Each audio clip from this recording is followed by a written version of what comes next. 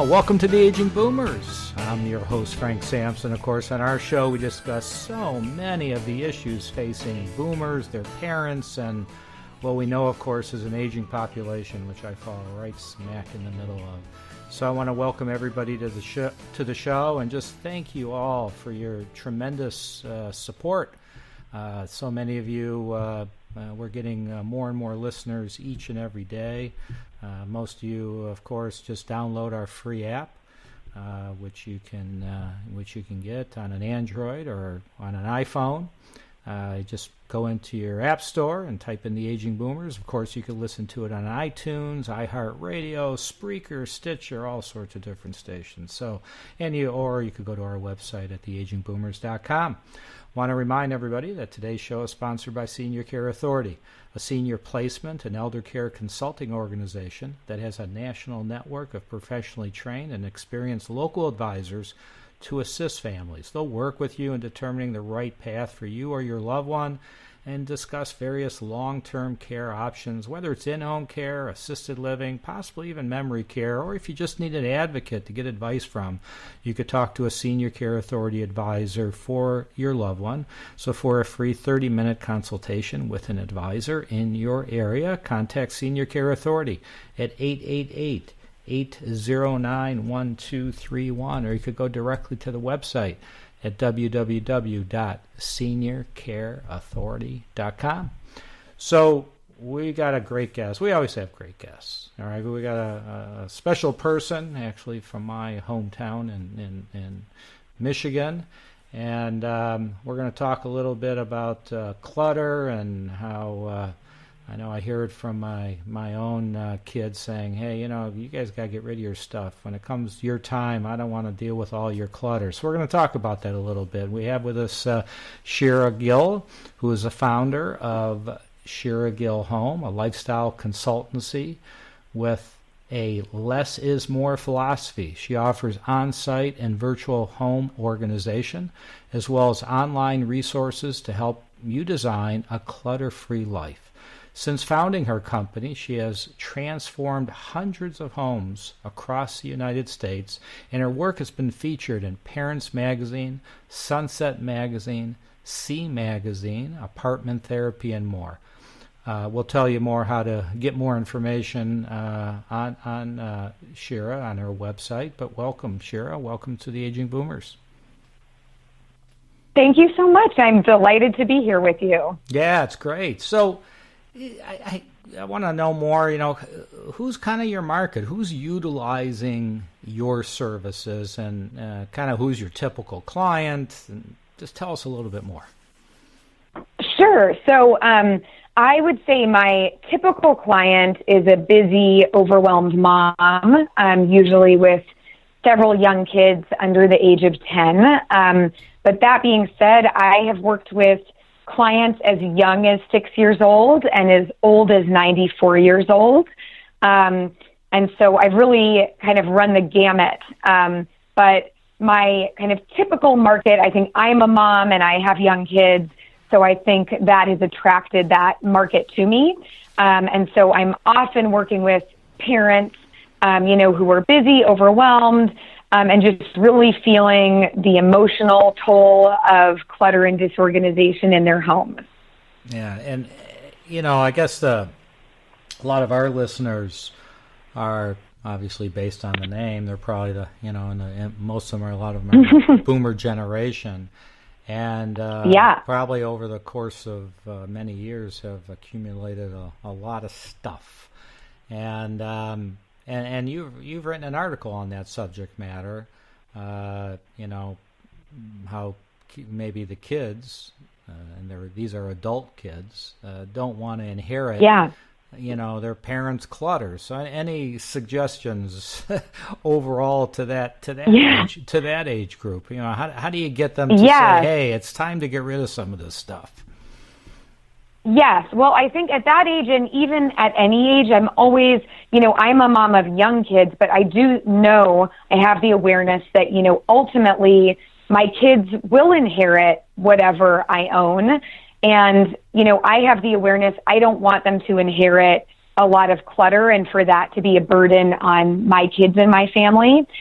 So I do want to stress it's never too early to start thinking about this, but I think it becomes obviously more and more relevant as you're aging and planning for that other phase of your life. And I'll share, a personal anecdote. I lost my father unexpectedly about 5 years ago. And, as the oldest child and his only local family member, I was left with the overwhelming task of resolving his estate when he died and, cleaning his home out and deciding what to keep and how to manage all of it. And I will say, one of the biggest gifts my father gave me when he died was leaving behind an organized, streamlined home. And it was nothing I had ever thought about in that way before. I've been in this career for 9 years, but I think going through it personally, having to go through my father's belongings and reconcile his estate, I really was hit with this notion of, nobody wants to think about dying, but if you want to make things easier on your children, it's really important to be intentional about what you leave behind. And there are several concrete things you can do that will make it easier for you in the present and your children and your family in the future. So I'm happy to kind of go by those step by step to give your audience just some concrete tools that they can start thinking about. Love to hear it. Yeah, love to hear it. Go ahead. Yeah. So the first one I would say is organizing your important documents. So this is one, it seems so, natural and intuitive, like, of course, everyone knows they should have those documents in order. But I have worked in hundreds of homes, and that's one of the first questions I always ask, like, do you have one concrete place for all of your important documents? Can you easily and quickly locate them? And you'd be surprised, I would say, actually, the majority of people don't have a clear system. They have things scattered in multiple file cabinets, safe deposit boxes, or even sometimes just strewn throughout the house where they can't find them. So one really specific thing you can do today is just create a comprehensive list of all of your accounts and passwords and contact information for your financial advisors, insurance information, real estate information, and just get all of that information in one place and then get all of the hard copy documents together in one place. That could be, in the case of my dad, he just had a file cabinet and there was one clear file that said important documents.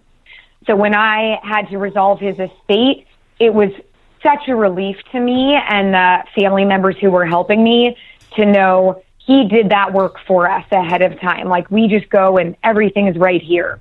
So that's one really concrete thing that I think everybody should do today. Another thing is just documenting your valuables. So if you have precious jewelry, art, family heirlooms, anything of real importance or value, just to document them and tell your children and your family members where each item is located. So there's no drama or confusion around that. And then another few just quick tips are, one really simple thing that most people don't think about is minimizing their media. So many people have hundreds of, whether it's CDs, DVDs, even cassette tapes, 8-tracks, relics of the past. These items are really difficult to dispose of. And if you're not listening to a lot of these items, it really is worth it to just donate, recycle, sell, dispose of it now so that you don't have to deal with it, your family doesn't have to deal with it. And that's something I find in every home across America is just like hundreds of dusty old CDs, DVDs, things that really aren't touched, and they're literally just collecting dust in the home. Well, you could, but can't you? So those are a few. Wouldn't you advise? I know I did. I did some of this where you you could move a lot of those old, I'm not saying that obviously if it's music tapes or something, that's different. But if it's old tapes that you took movies of the kids when they were young, you could get all that moved over, let's say, to maybe DVD and then put it online. Or do you give any suggestions to people on how, if they want to save that stuff, but get it off of old, 8 tracks or whatever was used then? Yes. So thank you. That's such an important clarification. So I think in the editing process, what I always advise is first taking out all of the items that really are important, and deciding on purpose what you want to keep and what you want to pass down and what feels truly meaningful. And then once you have that grouping, I would highly recommend digitizing it.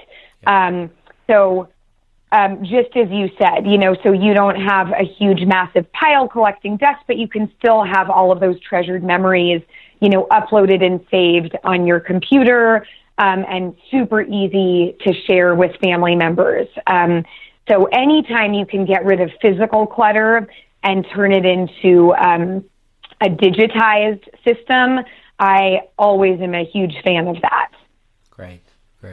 Well, what about, those that, kind of try to do it themselves? What are some of the more common, I guess, organizing mistakes that you have seen that people make? Yes. Okay, so there's a lot of these. I would say the number one organizing mistake I see is organizing before decluttering.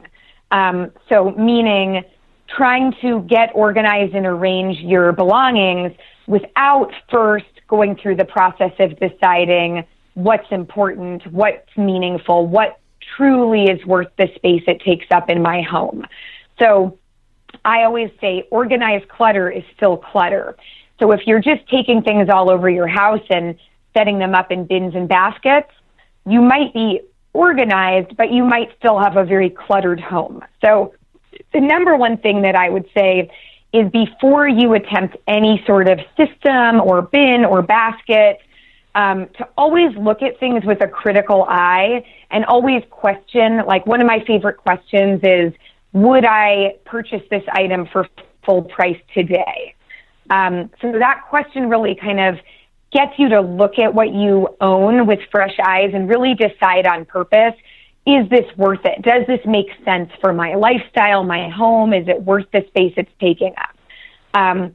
So that's number one, is before you organize, always declutter. I call it editing. So just like you edit, a manuscript or a novel and you want to kind of trim the fat, you want to do the same thing with what you own. The second thing I really see people doing is splurging on organizing products without a concrete plan. So I'm sure your audience is familiar with the Container Store. Right. This is a great popular big box store that's all across the country. And I think we do have a bit of an epidemic of over-consuming without a plan. So what I see a lot when people hire me is they've bought every gizmo and gadget and organizing product known to man, but they're still not organized. So I always say, there's this misconception if you stock up on great storage, you'll suddenly be organized. So don't fall for that misconception. Before you head out to the Container Store or Amazon or anywhere you like to shop, make sure you've made a specific list of items you actually need to store your actual belongings. So another one, it sounds so obvious, but this is really where people get into a lot of trouble. So I always say, really look at your home and decide, what do I actually need? Maybe it's just 2 bins or 2 baskets or some new files, and make a list and bring that list with you out shopping so you're investing your hard-earned money in the right things that you actually need. And then another thing I just want to touch on is a lot of people fall into a trap of really asking themselves the wrong questions when they're trying to get organized or declutter. So if you really want less clutter in your home and you feel overwhelmed or resistant to parting with your stuff, you might just be focusing on the wrong questions. So a lot of people ask these kinds of questions. Could this be useful one day? Did somebody give this to me? Did I pay a lot of money for this item? Those are the most common questions that I see cropping up in my work with people. Mm-hmm. And I would say, there's nothing wrong with these questions, but they're rooted in guilt and obligation and fear, and they'll provide you with the justification to keep just about anything.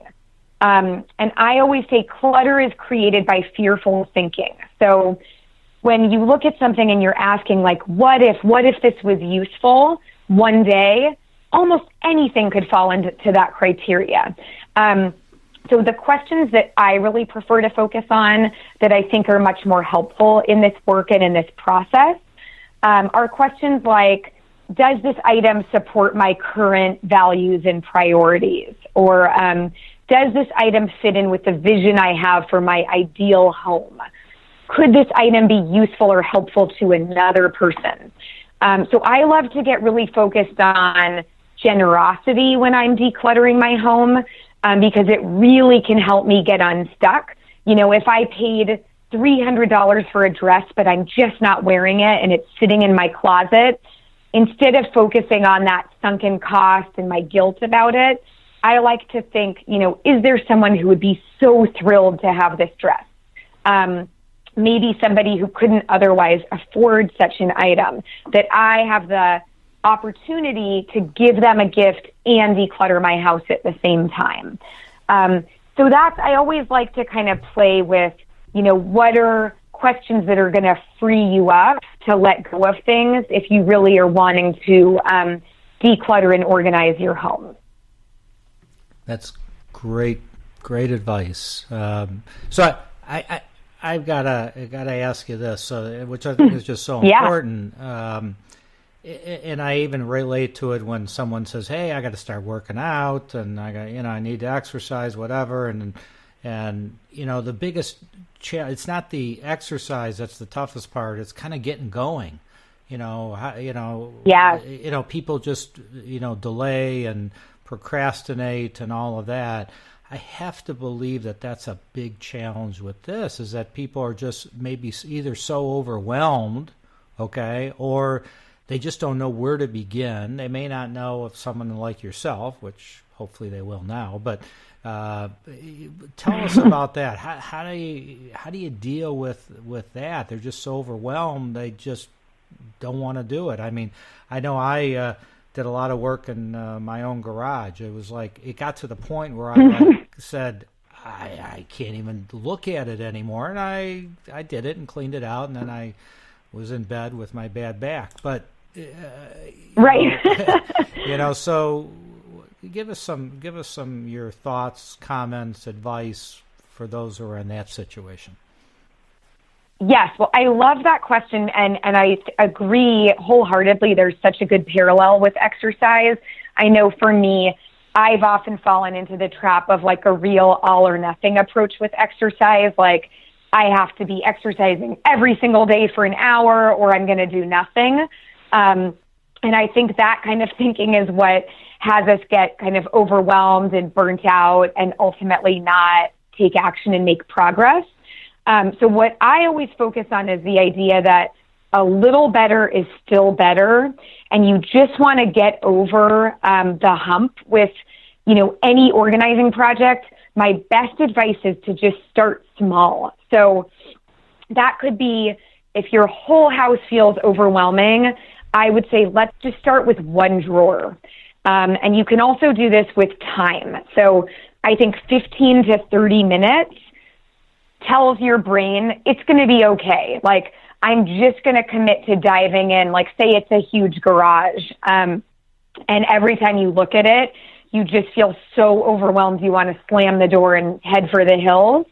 So one thing that I recommend is just saying, set a timer for 30 minutes and just say, you know what I'm going to do? I'm going to go in with a donation bag, and I'm just going to start in one little corner and chip away for 30 minutes, and then I can be done. Then I can move on, get back to my day, or like even, I'm big into rewards. So do something nice for yourself to reward yourself for committing and doing that hard work. And what I find is the brain is really resistant to doing things that are new and challenging. So it's almost a trick for the brain to just say, hey, brain, we're just going to go in for 15 to 30 minutes and then we're done. This is not a big deal. And what generally happens is when you just commit to 15 or 30 minutes, an amazing thing happens is you start experiencing success and you start getting these small wins under your belt that then propel you forward and give you that momentum that you need to keep going. So for the people that feel totally overwhelmed, I would offer this, like, just commit to 15 minutes, doing a drawer, like when people want to organize their entire closet, I often say, let's just start with your sock drawer. That's so manageable and attainable. And what happens is we'll just empty the sock drawer, relocate things, put things in the trash that are old, and then set up this beautiful sparkling sock drawer. And I even have on my website, I have a little free 15-minute starter kit that focuses on the sock drawer. And it really helps people who are overwhelmed to just see, wow, in 15 minutes, I completely transformed this space. Then they start feeling like, I'm a person who takes action. I'm a person who can get things done. I've already had the experience of being successful at organizing. And so it's really impactful just to do those like little 15 to 30 minute intervals. And then you'll be surprised at how much that momentum can help just spur you into more and more action. All right. That's great. So, this is all valuable information, but I'm real excited to hear about a program that you started that has really expanded not only nationally but internationally.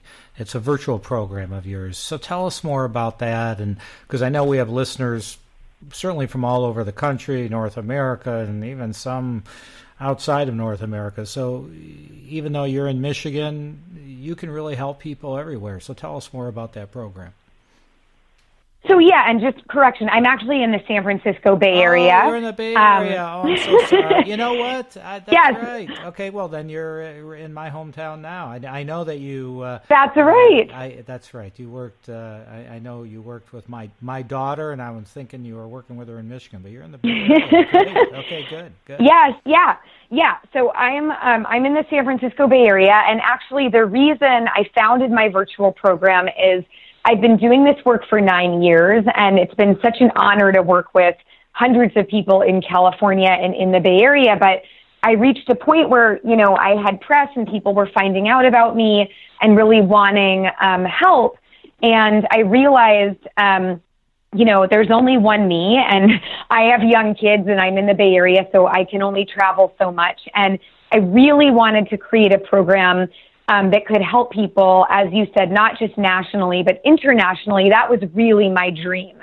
And I also really wanted to offer this work and this guidance at an affordable price point. So, working one-on-one with a professional organizer is not for everybody. And so my real vision with this was giving all of my tools and all of the support in a way that would be really accessible to people. So I offer a 6-week program.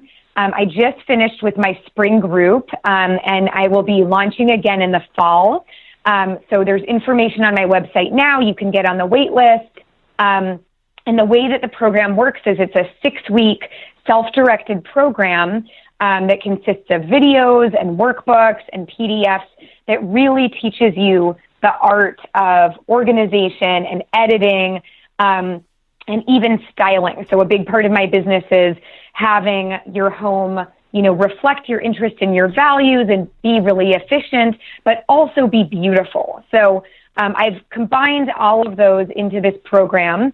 And the thing that I love the most about it is it's a 6-week program that people go through together as a group. So while you are doing some of the work independently, there is this group, and we have a private Facebook community, and I do weekly Q&A coaching calls. And what's been so fun about it is seeing people from all over the world, sharing their success stories and showing pictures of funny things they're finding in their home in the process. And it's really been this amazing bonding process. So I am thrilled to be able to offer this new program. And yeah, you can find out all about it on my website. Okay, that's a great lead-in. So tell us how people can, get a hold of you, learn more. Give us your website, any other information you'd like to share. Yes, so my website's really easy. It's just my name, Shira Gill. It's SHIRAGILL.com. And I also do a lot on Instagram. My Instagram handle is also just @Shira Gill. And I have a weekly blog and tons of free resources. I have free printable organizing labels, and I share products, resources, tips. So there's a lot of great stuff there, totally for free for your audience to check out. And as I mentioned, I'm also giving away this free mini makeover, which they can sign up for on the homepage of my website. That basically guides you through this kind of 15-minute process I mentioned of getting unstuck and kind of learning the strategy for unlocking when you feel stuck, getting that momentum and getting those small wins under your belt so you can continue taking action. Great. Shira Gill. Check it out. Shira Gill, spelled SHIRAGILL.com. She is in the Bay Area, not in Michigan, but we're thrilled to have you on. Thank you so much for joining us. And I want to thank everybody out there for joining us on the Aging Boomers. Just be safe out there, and we'll talk to you all soon.